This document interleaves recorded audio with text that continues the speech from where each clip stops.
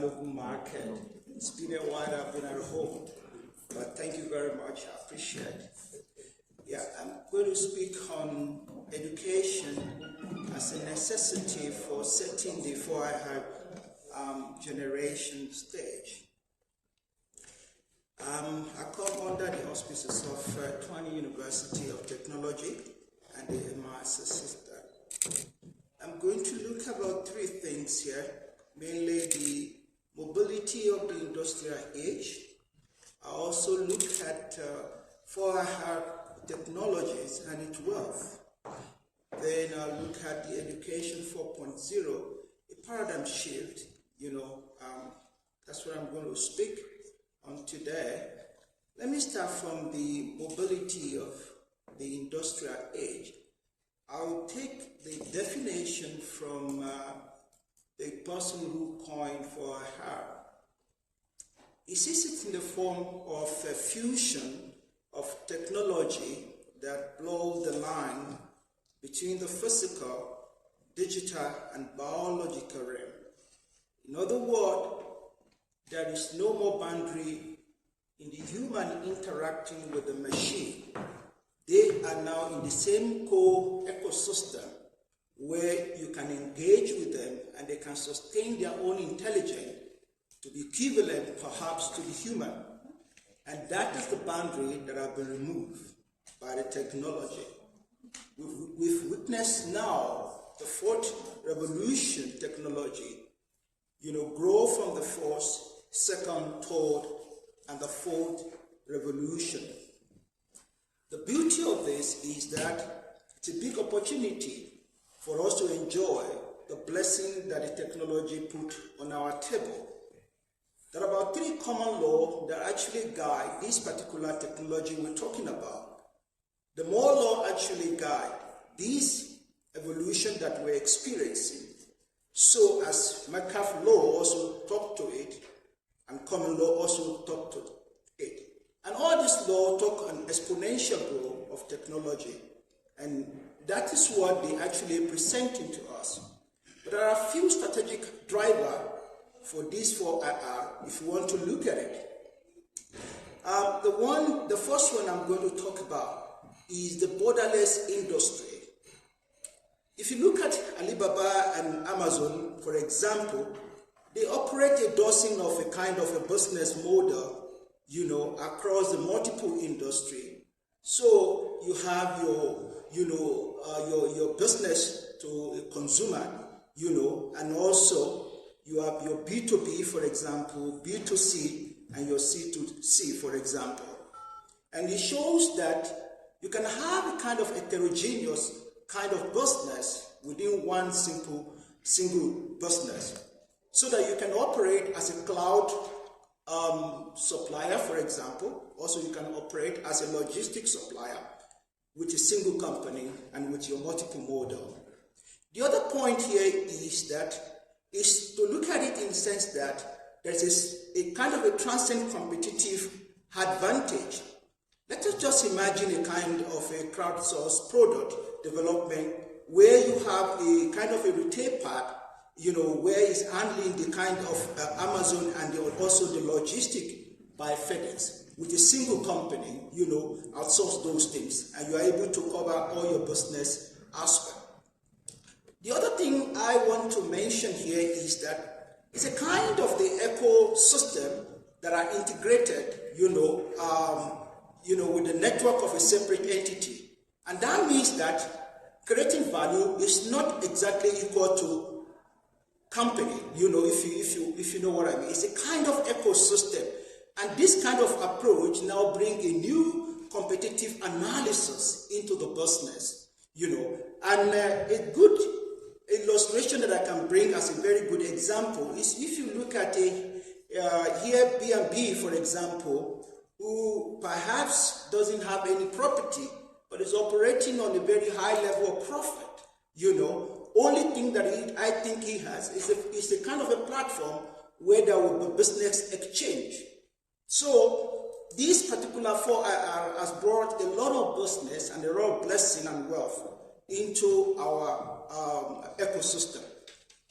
The other thing is that contribute into strategic plan of 4IR is to look at the population explosion. And these have also brought advantage. By 2050, the extrapolations of data indicate that the world is going to eat 9.7 billion. And that is a kind of a business opportunity where we can actually engage with the technology. By 2100, we're talking about 11 billion plus. And this kind of thing, that opportunity that 4IR is putting on our table. So also the challenge of the climate change also. Although it's a problem, but it's a challenge that actually will bring business on the table, especially using technologies to solve the problem. So the global pandemics also, you will agree with me today that the remote working is now becoming a kind of a new HR approach to employ you. You know, you can be here in South Africa and have your job, based in Australia. And this actually throwing a lot of opportunity to our young graduate, for example. Also, the online shopping is actually trending. So the video conferencing and the financial technology and e-learning. All these are as a result of the global pandemic. And I don't think that we should take it for granted, the blessing that 4IR has brought on our table. If I want to simply put it in a very simple linear expression, I would say that when we are 4IR plus the strategic driver, which are the factor, you observe that there is only one thing that results to this, which is a resultant of this. It's just about we create changes. And when you find a kind of change in the system, obviously it throws opportunity to people who really understand it. And how do we respond to this? That means without education, it might be extremely difficult to catch up with the trend that this particular 4IR is presenting. So we need to create a kind of a responsive and inclusive education to be able to address the problem or the opportunity that the 4IR is bringing on our table. To respond to change is the key factor to survive in this kind of age of 4IR. And by making some assumption of futurology, there are four concepts that we can actually coin in here. The first one is that we must have this assumption altogether that the future is not predetermined. So the future cannot be known as well. The future can be influenced. So as the climate condition that we have now, so we can influence, we can reverse it a little bit, to be able to make the world comfortable for us to live in. We can change the long-term future by the way we respond to the challenges it brought on our table. Let's look at the technology and its wealth. I'm going to take the word from the chair or the leader of digital operation leader with PricewaterhouseCoopers House. He says this, and I like it. 4IR technology is an enabling business to make their operation and supply chain more transparent and efficient. And in real time, they are beginning to anticipate disruption before they happen, such as ship delay at the port. You can actually see it in real time. And these are things that 4IR has brought to us. I'm sure we know all that kind of technology that are embedded into 4IR. I'm sure you've talked about this, IoT, all those AI, machine learning, cybersecurity, robotic. These are kind of the technology that actually trending, that are providing solution to human need and human challenges. So it's also opening a new business trend to the global space of business as a whole. One of the things that we can look at is the energy technology, for example. You will all agree with me, the evolution of energy have transcended from first also to the fourth kind of energy trend in terms of generation. The firewood was the first one that we all know, but today we are talking about clean energy, which are wonderful to our ecosystem. The solar energy, for example, when you look at it in 1977, for example, when the solar was, becoming things in the research domain, it was about $77 per watt. But if you look at it today, it's about $0.3 per watt for you to generate that. And you remember, Germany actually produced a renewable energy that powered the whole household in Germany in 2018. All this energy are mainly from the renewable energy. And this actually gives a kind of opportunity that we were not used to before. So we can look at the new emerging technology in the power sector. So it's kind of a grid edge technology where you look at a kind of a fusion of a distributed storage with your distributed generation and your smart meter and your smart application and electric vehicle, all fall within this kind of a grid technology. The also popular one that is really fast growing is your Internet of Things, for example. We expect to connect 7 billion of people and 7 trillion of things by 2030. That is a huge opportunity that we should be looking forward to enjoy. And this definitely is going to create a kind of a business for the world, to enjoy. And we expect the world population also to reach about 7.8 billion as soon as possible, And all these are kind of the blessing that the 4IR is bringing on our table.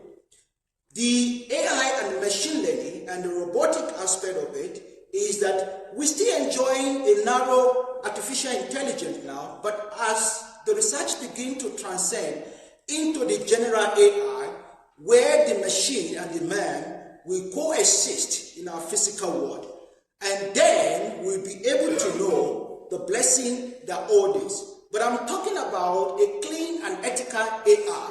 I'm not talking about the AI that will harm the world. Therefore, the knowledge to take care of this particular area of the domain area in 4R needs to be consciously handled.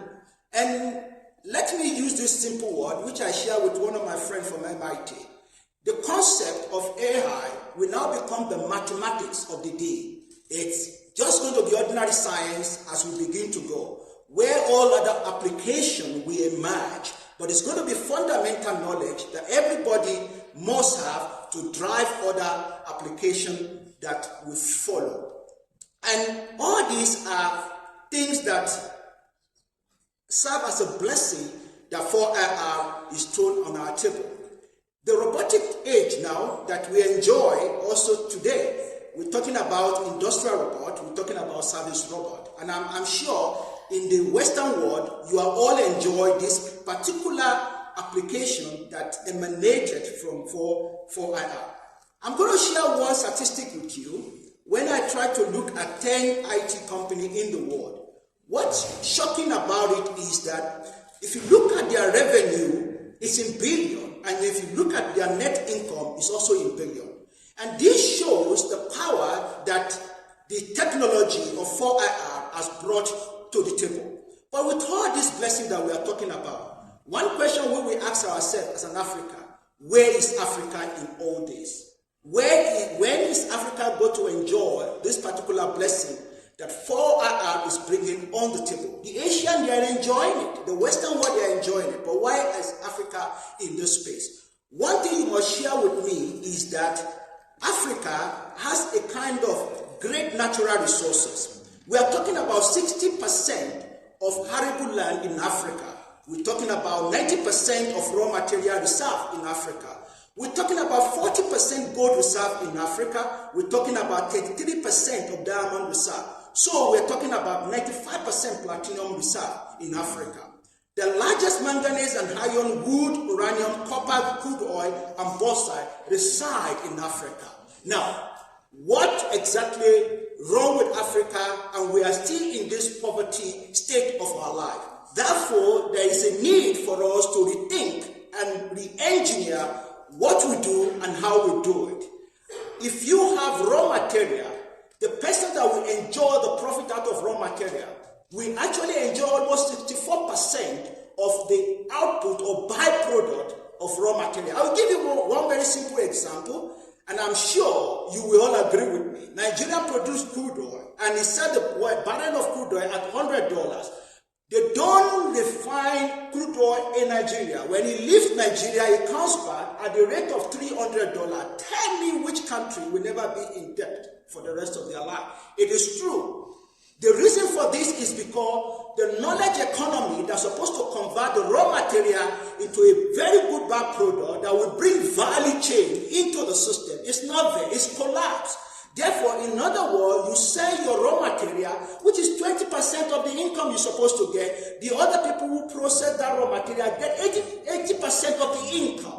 And you go ahead, you borrow money from China, you borrow money from everybody. You remain in a state of poverty for the rest of your life. Except if the knowledge economy comes in and turn this particular raw material, then Africa will lead in terms of wealth. And that is the only secret to the change of Africa. And I think it is high time we begin to look at the knowledge economy, where we transform our curriculum to address the need of society.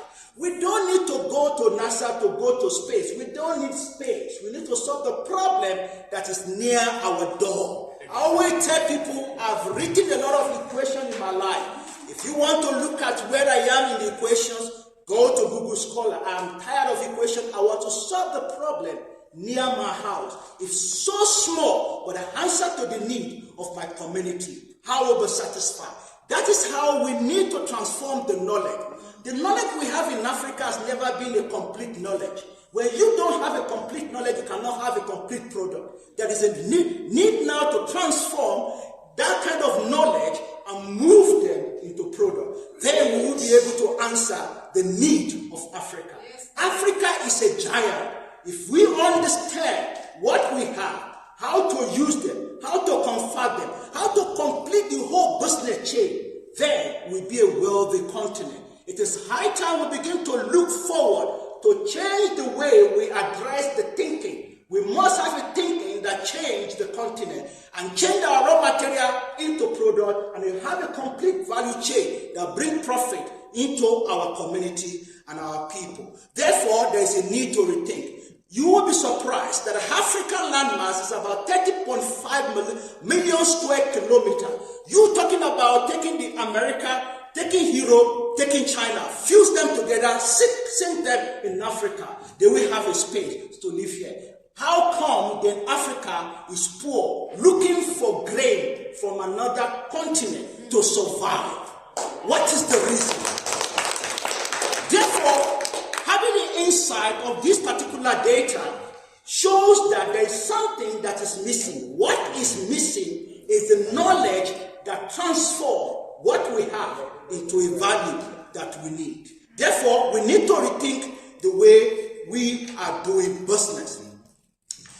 Other thing that will surprise you is that according to the United Nations statistics, African youth is about 1.2 billion. That's as of 2015.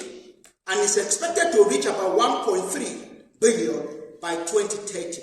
We are talking about people who have muscles, people who have strength to walk, people who have a kind of a sound brain to think. Now, how do we convert this human raw material into a valuable business chain? It is high time to stop our children dying by the sea, sink because they want to cross to Europe. It is time for us to now build the knowledge on them so that they use aeroplane to come and carry them and say, can we get your knowledge to change something? That is where we should be going. I will quickly speak about the Education 4.0, a paradigm shift, and the opportunity we need to grab in Africa before it is too late. Let me give you one statistics also that might interest you. If you look at these two areas, the top one and the below one, the negative side that you see, it shows that US will be deficit of shortfall in terms of the labor need, especially in this space. Whereas when you look at the top here, you will see that there is a job surplus that you are going to have. So if you look at India, for example, in the space of tech, it shows there will be a job surplus. we're looking at a cumulative labor deficit of about 56.5 million. And now, the reason for this is because of the level of technology in the Western world. That means they are already far ahead of any continent, and that is why they consume knowledge that address their need when it comes to tech. Whereas when you look at this area, they build knowledge. They build knowledge in the essence, but they cannot use them. That is where you have a knowledge surplus. Now, what you notice if you go to Europe today, you see a lot of Indian and you see a lot of Chinese there. The reason is because there's a knowledge surplus that can migrate into another region. Therefore, I'm looking forward to see Africa to trend in the area I call knowledge export and knowledge mobility. There's a need to move knowledge. We don't need to allow our children to just be roaming around the street. We need to learn how do we move knowledge from one place to another. Therefore, I'm looking at the area of knowledge export and skill mobility. Therefore, I will just coin a very popular word from our great father, and I think someone spoke about our Dada Mandela. He said something very important. Education is the most powerful weapon which you can use to change the world.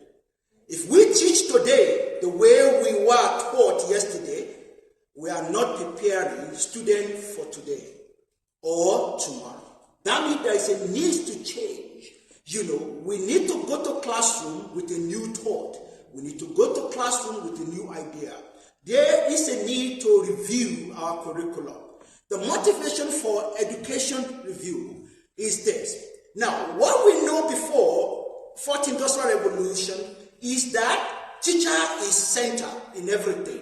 Is what I know, is what I give. That is what we know in the old kind of curriculum. But the new curriculum that we address the need of Fourth Industrial Revolution should be a curriculum that is student-centered. When I say student-centered, you build a bit, you allow them to build the remaining lecture note. And this actually leads to what I call mismatched skill and available job. There are enough jobs, but there is a mismatched skill. And that is the reason, that is the problem that we have. 70% of young people currently enter into workplace in jobs that will be radically affected by automation. Therefore, I always pity my student in class when I follow the curriculum they've given me. And I always tell them, I will extrapolate your mind to the future, but I cannot teach you to the future. But I will make sure I expose your mind to the future. Entry-level job roles for young graduates are disappearing today. 60% of students are being trained in a job that will be radically changed by automation. Young people need skill and experience for job of the future, not the past. That means that there is a need to begin to review what we do within the wall of campus, within the wall of the university.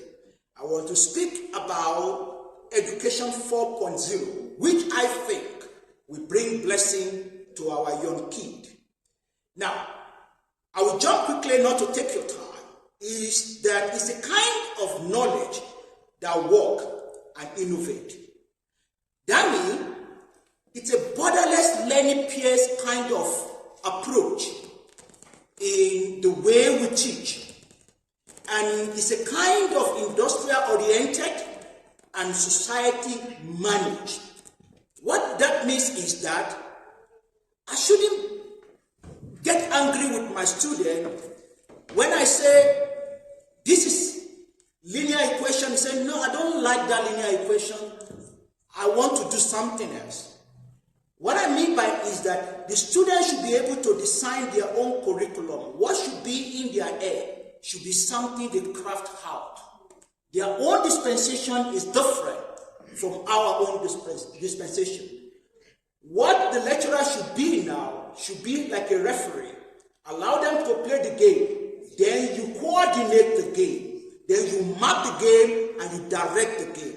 And this is what we should begin to do and make sure that every children within the world of class achieve their main potential by designing their way in which they want to build their own career, by your help and by you moderating it.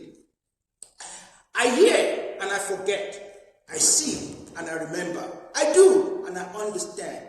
These are the key words that we manage the Education 4.0.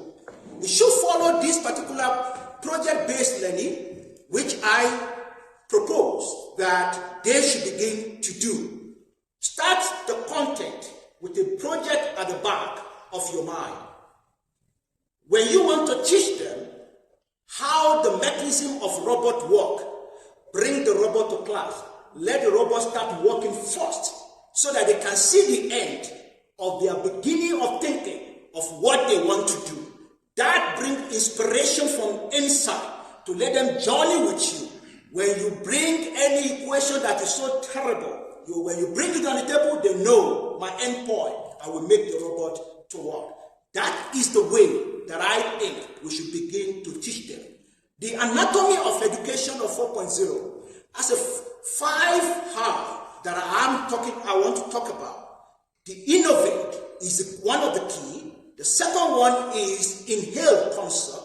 The next one is interpretation, which is adaptive learning and alteration. Iteration of the concept, that is practicing fundamental skill repeatedly and creating the interest around the area of your domain. In other words, develop enough curiosity about a subject matter so as to dive deeper into what interests you, and that will keep you awake all the days of your life. I won't discuss so much on that because of your time. I'm going to talk also about what I call neuroeducation. Neuroeducation is more or less believing in a concept that no child is dull in life. What you have to score is the strength of a child in the class, and you begin to mentor that child to a full potential of who he should be. That is the neuroscience, neuroeducation. Understand every student in your class, like one-on-one, build them up, rewire their brain to meet the need and the potential of their life and release it to the world to fulfill what it's supposed to fulfill. It's a new science that needs you to understand who person is, who is your student is, what is the need, what is the mental nature, and how is wired, and you rewire it to meet what you want. And that is one of the very important things you must take care of, especially in 4IR. The other thing that we need to look into, which we don't use before, is a data-driven instruction. Take every data of your student, analyze it, use that to manage his own learning career, his own learning path, and make sure that he's able to achieve his aim. This model simply speaks about a kind of a 3-stage of learning. The first one is verbal learning, the second one is visual learning, and the third one is action learning. This particular learning that I'm talking about, towards the left, you have to grow that kind of action of exponentially towards the action learning. Action learning must be a kind of 100%, and that builds the skill you want the child to achieve. A verbal learning is what we are used to in class. When we tell them 1 + 1, 2 + 2, that's a verbal learning. Visual learning is also taking control today. You can just go to YouTube, you look at that, the same topic over and over again. But the action learning is that after you have put all this together, you begin to try it by yourself. And when you begin to do this repeatedly, you begin to internalize the concept and begin to use it in your life. And that is what we call action learning. And that is where we must shift the education of today too. We must get to the point of action learning. I will talk about a different opportunity, and this particular 4R have a new kind of model which I call self-lab. L means learn, A means assess, and the last one is graduate. All those three components are self-learning, self-assess, self-graduate. That is the new knowledge base of 4IR. That means you need to be honest with yourself. If whatever you desire in life or to learn, it is very quite easy for you. And there are so many platforms that are free where you can learn so many things. Like your MOOC, like your Coursera and all those things, they are all free for you to grab anything. Just imagine one thing. If any one of you want to build atomic bomb, for example, how difficult do you think it is today? It's not difficult. Just take your phone, look at it. They tell you the procedure to build it. But don't blow this place. But the key point is that you have all the resources in this world to achieve what you want to achieve. I always tell my students this. Every time they want to write exam, I said, no, but the question that you are going to see in the exam is in your phone. You slept with it, you wake up with it, and you get to exam, you never know what is going on. It's there, open it. And they look at me like, oh, really? When I was growing up, I have to travel almost 45 minutes to get one reference of a resource for me to reference one paper. Today, you have all the references that you want on your phone. But why do you fail? And that's a big question. The school without wall is a new method of creating school today. We are used to university, we are used to school with building, with everything. But school without wall is the school of fourth industrial revolution. We are moving from era of e-learning into era of we learning.